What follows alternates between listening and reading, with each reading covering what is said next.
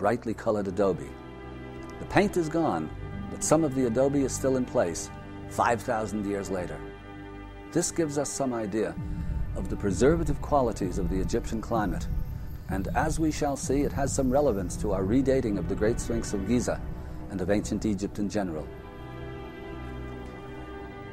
For we are told that Egyptian civilization began at this time, around 3000 BC, and before that, arising as if by magic out of primitive Neolithic settlements, producing crude pottery, crude agricultural implements and the like, nothing that would suggest the glory of Saqqara, to say nothing of the pyramids and Sphinx, supposedly just a few centuries in the future. There is a contradiction and a problem here, sometimes acknowledged, rarely addressed by the academic fraternity. It might be equivalent to going from the first horseless carriage to the contemporary Porsche or Mercedes, with effectively nothing in between. Perhaps even more astonishing is the fact, also acknowledged but seldom addressed, that Egypt was at its height early in the Old Kingdom. Nothing produced by Egypt thereafter surpassed and seldom equaled the masterpieces of the Old Kingdom.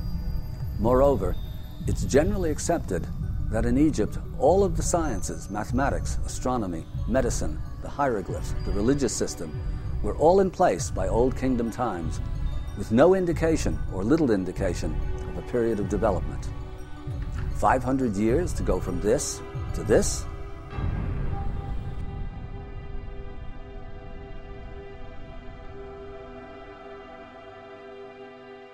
Here are the facts. Around 3000 BC, dynastic Egypt appears almost out of nowhere. Artistically and architecturally, it starts simply.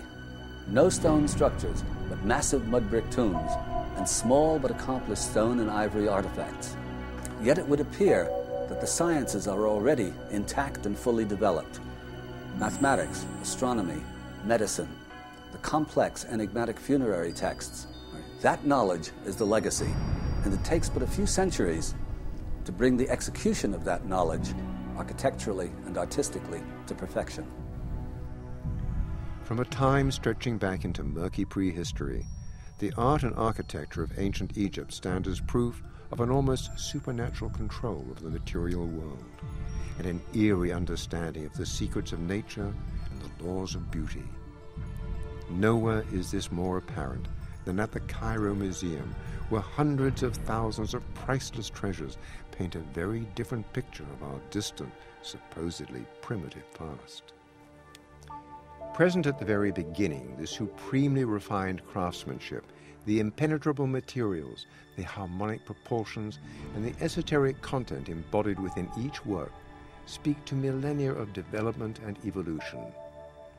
In these enigmatic treasures, we see the telltale signs of the legacy of high